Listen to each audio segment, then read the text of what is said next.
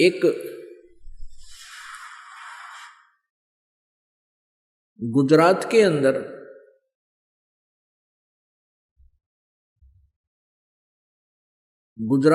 एक भरूच शहर है, भरूच डिस्ट्रिक्ट, और भरूच डिस्ट्रिक्ट से 12 किलोमीटर लगभग एक मंगलेश्वर गांव है, और वहां पर ये नर्मदा नदी एक टापू बना देती है। जमीन का एक 800-900 एकड़ का जो क्षेत्र है, उसके चारों तरफ से यानी दोनों तरफ से जाके आगे मिल जाती है, उसको अपने घेरे में डाल रखा है, उसको टापू बोलते हैं। तो उसके अंदर 30-40 घरों का गांव था। पहले छोटे छोटे झोपड़ियां हुआ करती थी और जल का आसरा लेकर ही वो वहां रहा करते थे। तो उसके अंदर उस टापू में अर्थात 800-900 एकड़ जो जगह थी, वहां पर 30-40 घरों का एक गांव था, और उसमें जीवा दत्ता नाम के 2 ब्राह्मण भाई रहा करते थे, और भी ब्राह्मण परिवार थे उसमें। अब वो जीवा और तत्वा, उसको दत्ता भी बोल देते, तय को दय भी बोल देते। तो हम संत लैंग्वेज में जीवा और दत्ता बोलते हैं। वो बहुत परमात्मा के चाहने वाले थे। परमात्मा की चाह के अंदर वो इतने मगन थे कि जगह जगह जाते थे, संतों के सत्संग सुना करते थे। अब जहां भी वो जाते थे तो ये बताया जाता था कि गुरु बिन मोक्ष नहीं हो सकता, और फिर ये भी कहते थे कि पूरा गुरु हो, क्योंकि परमेश्वर कबीर जी से भयभीत होकर के वो सभी संत, मंडलेश्वर, ब्राह्मण, ऋषि ये शब्द भी कहने लगे थे कि अभी गुरु पूरा हो, पूरे बिना बात बने कोई नहीं। और अपने आप को फिर पूरा सिद्ध करने के लिए बहुत से उदाहरण दिया करते थे। तो जीवा दत्ता जी दोनों भाई परमात्मा की प्राप्ति के लिए, मोक्ष कराने के उद्देश्य से संतों के पास जाते, उनके विचार सुनते और सभी ये शब्द बोलते, यही वचन कहते कि गुरु बिन मोक्ष नहीं,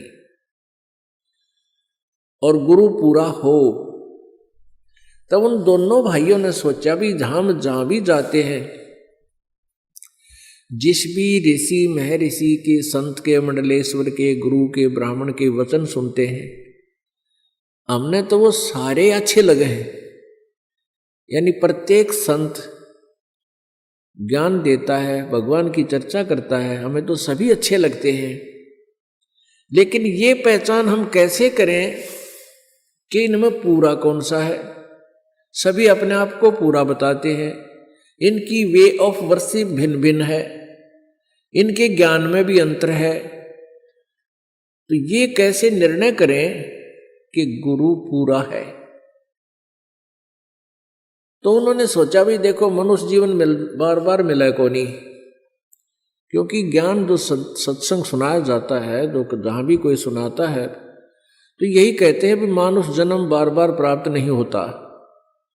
84 लाख योनियों के अंदर धक्के खाकर, दुख उठा करके एक बार मानव शरीर प्राप्त होता है, और मानव शरीर प्राप्त करके परमात्मा की भक्ति नहीं की तो जीवन व्यर्थ हो जाता है। तो पुण्यात्मा जो होती है, उनकी ये छोटी सी बात ही बहुत ज्यादा चुभ जाती है। वो भयभीत हो जाते हैं, हे भगवान क्या होगा यदि अब के मोक्ष नहीं हुआ तो ना जाने कितनी बार कुत्ते, गधे, सुअर की योनियां प्राप्त करनी पड़ेंगी। इस दृष्टिकोण से इस मानव जीवन को सफल करने के उद्देश्य से जीवा और दत्ता ने अपने आप सोचा कि हे भगवान, हमें पूरा गुरु मिलाओ। हम पूरे गुरु को समझ नहीं पा रहे हैं, कैसे पहचान करें? तो उन्होंने आप पर एक डिसीजन ले लिया एक वट वृक्ष की यानी बड़ की एक सूखी लकड़ी वह नीचे पड़ी थी टूटी हुई काफी दिनों से, उसको उठा के अपने आंगन में जैसे पौधा लगाया करे, जो बना के गड्ढा खोद के और उसमें लगा दी, वह गाड़ दी वो सूखा खूंड। और फिर उन्होंने के विचार किया कि इस सूखे खूंड में, इस सूखी डारी में, टहनी में हम मंडलेश्वर संतों के चरण धोके और चरणामृत डालेंगे। यदि चरणामृत डालने से यह सूखी टहनी हरी होगी, हम उसको पूरा गुरु मान लेंगे। वैसे पुण्यात्माओं, ये कोई तरीका नहीं था पूरे गुरु की पहचान का, पर वो भोले वाले थे, श्रद्धा गणी थी भगवान में, और पूर्ण परमात्मा और पूरे गुरु के लिए वो तड़फ रहे थे। तो परमात्मा अपनी ऐसी आत्माओं के लिए कोई ना कोई तरीका बनाता है। उन्होंने क्या किया, किसी भी मंडलेश्वर के पास जाते और उनसे उपदेश की प्रार्थना करते, उनके चरण धोके और अपने पात्र में डाल लाते। अब चरणामृत तो कोई भी दे देता है, गुरु संत आके उसमें डालते हैं। कई एक को अपने घर पर भी बुला देते, कोई आसपास जा रहा होता, वहाँ पहले उनके चरण धोते, आहार कराते और उस लकड़ी में पानी डालते, कुछ नहीं हुआ। ऐसे कई वर्ष बीत गए। अब उन दोनों भाइयों ने प्रार्थना की रोकर एक परमात्मा, हे मालिक, पूरा गुरु कोई है नहीं, क्योंकि हमारी टहनी हरी हुई नहीं इनके चरणामृत से, और पूरे गुरु के बिना ये मानुष जीवन व्यर्थ हो जाएगा। हे परमेश्वर, या तो पूरा गुरु मिले और नहीं तो हम अपने दास के इस शरीरों को, हम दोनों भाइयों के शरीर को, मनुष्य जीवन को खत्म कर दो, इसको खत्म कर दो परमात्मा, और उस समय शेष जन्म देना हमारा ये मनुष्य जीवन का, जिस समय पृथ्वी पर कोई पूर्ण संत आया हुआ हो। वर्तमान में पृथ्वी पर कोई भी पूर्ण संत नहीं है। इतना कह करके घंटों रोए, घंटों रोए। अपने आत्माओं, जब आपको तड़प होगी भगवान के पाने की, फिर आप जी का यही हाल होगा। परमात्मा पाने के लिए राजाओं ने राज त्याग दिया और शरीर का कोई ध्यान नहीं दिया, कठिन से कठिन तप किए। तो उसी सतिथि, ये सतिथि उन्हीं पुण्यात्माओं की होती है जो पुनर्जन्म से भी भक्ति करते हुए आ रहे हैं। कहते हैं, संतों से साधा से ती मस्करी और चोरा नाल खुशहाल, ये तो मल अखाड़ा जीतेंगे युगन युगन के माल। ये जो निकम्मी आत्मा है वो संतों के साथ बदमाशी करते हैं, मजाक करते हैं, उनको तंग करते हैं, और उन चोरा नाल खुशहाल जो नकली संत हैं, बकवाद करते फिर हैं, उन तरह जी रहे, उनके साथ प्रसन्न रहते हैं और कहते हैं मल अखाड़ा जीतेंगे ये युगन युगन के माल। माल मीन रेसलर, पहलवान। पहलवान वही होता है जो पहले एक्सरसाइज करता है, प्रैक्टिस कर रहा होता है। तो आप कई जन्मों से ये रिहर्सल करते आ रहे हो, आप कई जन्मों से भगवान के अखाड़े के माल हो, पहलवान हो। तो ऐसे ही वो जीवा और दत्ता भी वो युगन युगन के माल थे। उन्हीं में ये प्रेरणा होती है परमात्मा के पाने की। जैसे मीराबाई युगन युगन की माल थी, ना समाज देखा, केवल भगवान देखा, चाहे कुछ भी हो, मारो चाहे छोड़ो। तो ये माल होते, ये पहलवान थे मालिक के पाड़े के और सफल हुए। ऐसे ही जीवा दत्ता वो युगन युगन के युगा युगा से वो पहलवानी यानी भक्ति करते हुए आ रहे थे, और उस भक्ति ने फिर अंगड़ाई ली पिछली पुण्य ने, और बहुत तड़पते 6 महीने तक लगभग फिर रोते रहे ए भगवान, या तो ये शरीर छूट जा या कोई संत मिलाओ मालिक। एक दिन क्या हुआ, परमेश्वर कहते हैं सोचल छिदर मैं करूं अपने जन के काज, गोता मारूं स्वर्ग में जा बैठूं पाताल, कहे कबीर ढूंढता फिरूं अपने हीरे माणिक लाल। लाल ने को ढूंढने के लिए मालिक वहां पहुंच गए। दोपहर के समय उनकी उस झोपड़ियों में यानी उसकी गली में चले जा रहे हैं। अब जीवा बाहर आया। जीवा ने देखा कि एक संत आ रहा है। उसने अपने भाई से जाकर कहा कि भाई, एक संत आ रहा है, आपकी आज्ञा हो तो उसे बुला लाऊं। अब दत्ता ने कहा कि भाई, आपने देख लिया, मंडलेश्वरों को भी देख लिया हमने, इनके पास कुछ नहीं है, और क्यों जख्म नया करे और कई दिन रोना पड़ेगा, कुछ ना पावे इनके पास। अब वो क्या देखा कि वो परमात्मा उनके गली के उनके घर के आगे से आगे को चले गए, जैसे किसी का घर पूछ रहे हों, ढूंढ रहे हों। तो दत्ता बार बार जीवा के कहने से दत्ता बाहर गया। जीवा बड़ा भाई था दत्ता का। दत्ता ने बार बार कहा, जीवा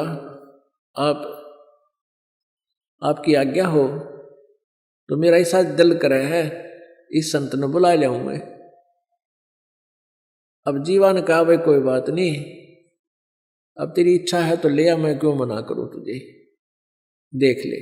वो वापस गए तो परमात्मा फिर वापस आ रहे हैं उनके घर की तरफ, वापस जैसे घर गांव से बाहर जाने वाले हों। तो दत्ता ने जाके चरण पकड़ दिए और कहा, परवरदिगार, ये दास की झोपड़ी है, एक बार दर्शन दो, पवित्र करो दास की कुटिया को। परमात्मा बोले, चल भाई, आगे अंदर। जैसा भी घर पर व्यवस्था थी, कोई बैठना मुड्डा दे दिया, कोई छोटा सा स्टूल। और जीवा ने कहा, दत्ता जा कोई तसला ला उठा के, थाली ला, थाली प्रांत ला, चरण धोएंगे।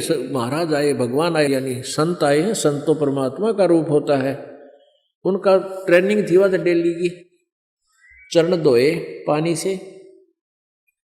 और जीवा ने कहा, था दत्ता, संतों के चरणामृत को कहीं ऐसे वैसे नहीं डालना चाहिए, वहां पौधे में डाल दिए, उसमें पौधे में।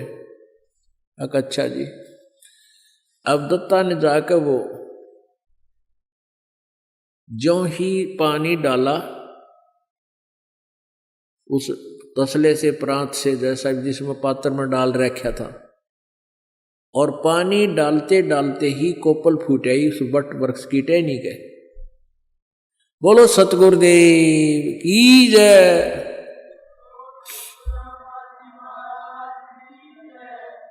अब दत्ता ने आवाज लगाई, जीवा दौड़ के आना, जीवा जल्दी आ। जीवा गया। क्या देख, भगवान आगे, आज जिसकी चाह थी वो मिल गया हमारे को। अब देखे थोड़ी देर में पूरी कोपल फूट गई, इतने लंबे लंबे पत्ते हो गए, सूखी टहनी के। अब दोनों ने एक एक पैर पकड़ लिया, एक एक पैर पकड़ लिया, रोआ बुरी तरह, मुंह की तरफ देखे, भगवान आप कहाँ छुपे थे,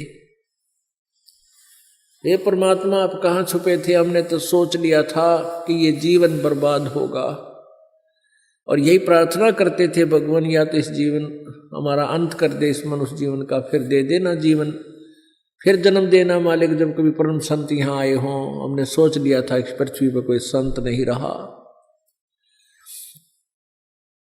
परमात्मा ने कहा कबीर जी ने कि भाई बच्चा, अगर पृथ्वी पर संत ना होगा, इसमें आग लग जाएगी, यहां रह नहीं सकता प्राणी। ये तो संत यहां मैं रखता हूं, एक आध अपना भक्त, प्यारी आत्मा, या स्वयं आता हूं, जिससे पृथ्वी पर बैलेंस बना रहता है। और बेटा जब पृथ्वी पर संत नहीं होगा तो इसमें आग लग जाएगी, पूरी पृथ्वी कट कर मर जाओ, आपस में इतना बुरा हाल हो जाएगा। तब उन्होंने कहा कि हे परमात्मा, हमने तो आपकी बहुत इंतजार करी, आप नहीं आते तो हम 6 महीने और ज्यादा जीवित रहते, क्योंकि सूख का कांटा हो गए थे और उनका जो बुरा हाल था। अब दोनों ने उपदेश लिया। अब उपदेश लिया, ज्ञान सुना, सबसे न्यारा ज्ञान और सबसे न्यारा भगवान। उस ज्ञान से परमात्मा आते रहे, उनको ज्ञान सुनाते रहे, आते रहे, ज्ञान सुनाते रहे। कुछ दिनों में वो ज्ञान से परिपक्व हो गए। वो उस ज्ञान को फिर सुनाने लगे अपने ब्राह्मण वर्ग में। अब ब्राह्मण वर्ग तो राम और कृष्ण तो परमानने को नहीं, शिव जी तो ज्यादा किसी की सुने नहीं, भैरव भूत की भी पूजा करवावे। अब उन्होंने पूछा भी तुमने गुरु कौन बना लिया, ऐसा नास्तिक जो ब्रह्मा विष्णु महेश से भी अलग कोई भगवान बताता है। तो उन्होंने बताया कि बनारस में, काशी में हमारे यानी परमात्मा ही आए हुए हैं, वो पूर्ण ब्रह्म है, पूर्ण परमात्मा है। कबीर जी, परमात्मा आएंगे तुम्हें मिलवाएंगे। तो परमेश्वर फिर आगे अपने भक्तों को संभालने के लिए जीवा दत्ता ने गांव वालों से कहा कि आ जाओ, आज भगवान आए हैं।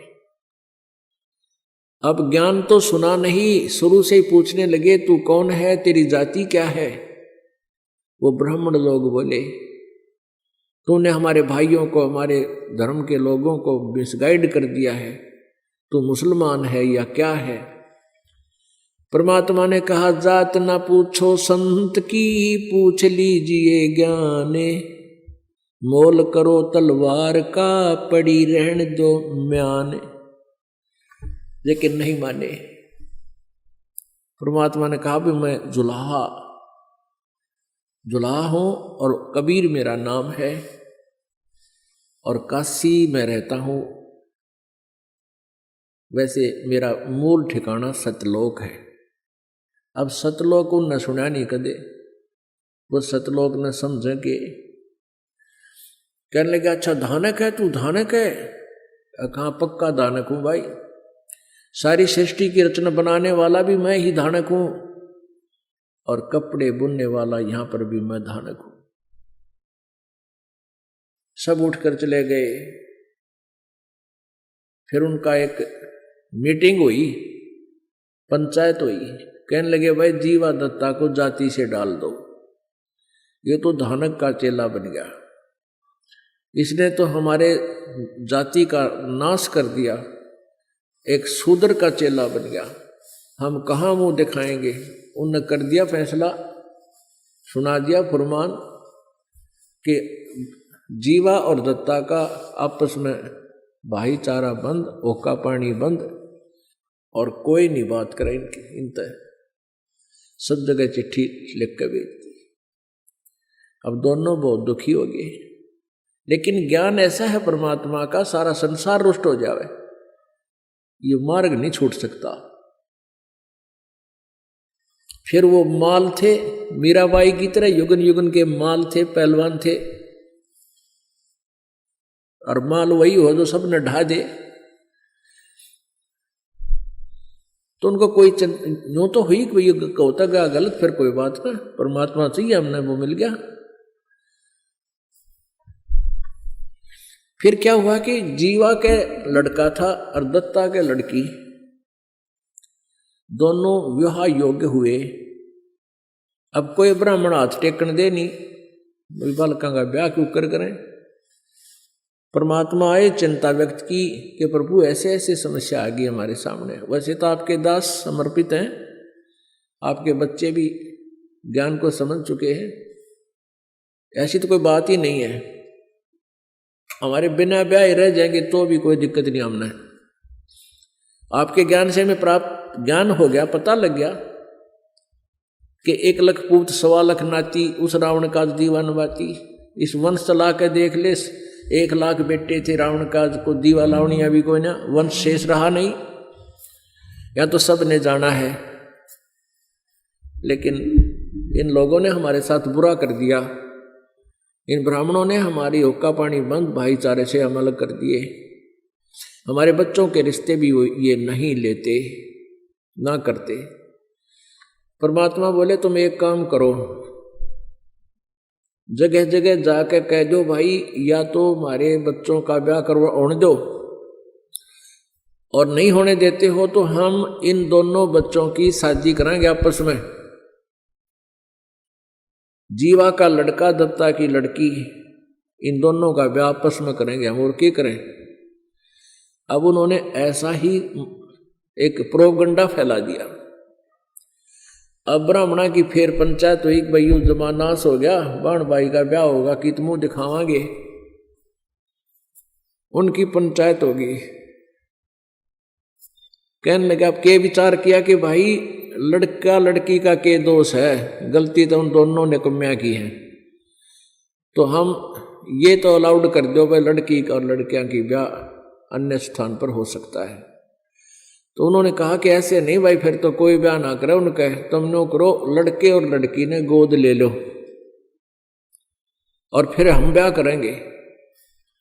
तो वो आए सारे इकट्ठे होकर कि खबरदार जो तुमने आपस में ऐसा दीन भ्रष्ट किया तो, और ये लड़के लड़की तो हमारे हैं, ये लड़का लड़की हमें दो, हम इनको गोद लेते हैं, हम शादी करेंगे इनकी कितना करें ढंग से, तुमने इससे कोई लेना देना नहीं।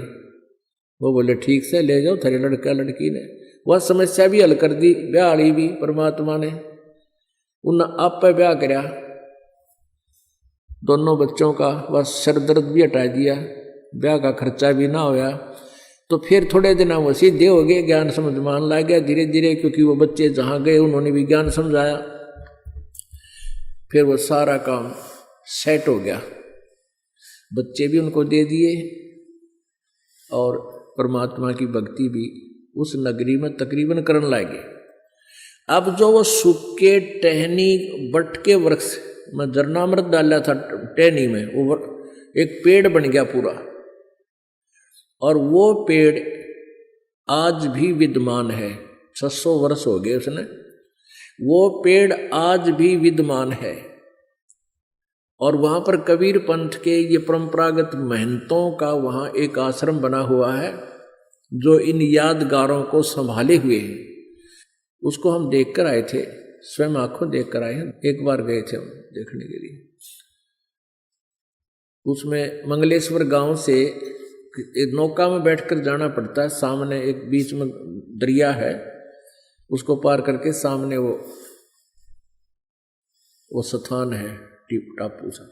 तो वो बता रहे थे कि पहले ये वट वृक्ष इस पूरे क्षेत्र में फैला हुआ था, यानी बड़ की एक ऐसी व्यवस्था होती है, एक बड़ ने आगे बढ़ने की जगह मिल जाओ, वो ऊपर से इसकी दाढ़ी सी आती है नीचे जड़ें, और जमीन में घुस जाती हैं, और कुछ ही देर में वो पूरा पिलर सा बन जाता, सपोर्ट देती है और आहार खुराक देती है, फिर आगे टहनी चली जाती है, यानी बहुत दूर तक जा सकता है। लेकिन अब उसको काट पीट कर दोबारा वहां खेती करने लगे, और वो थोड़ी सीमा में रह रहा है 2 एकड़ जमीन में, मतलब वो लगभग टोटल तो 4 एकड़ में गया है, यानी 2 एकड़ ऐसे बढ़ रहा है, सेंटर से 2 एकड़ 2 एकड़, तो ऐसे 4-5 एकड़ में अब भी वो विद्यमान है, शेष बचा हुआ, बड़ी बड़ी दाढ़ी उसके नीचे गड़ी हुई, बड़े बड़े पेड़ हो गए ऐसे ऐसे। तो वहाँ वो महंत है, उनसे भी पूछा, वहाँ के गांव नगर वालों से भी पूछा, तो उन्होंने यही बताया कि ये कबीर परमात्मा जी या जीवा दत्ता नाम के 2 भाई ब्राह्मण भाई रहते थे, उनको ज्ञान दिया था, उन्होंने एक शर्त रखी थी, उस कारण से ये वह सूखे वृक्ष की टहनी ये पेड़ रूप धारण करगी। आज भी वे प्रमाण वहां विद्यमान है।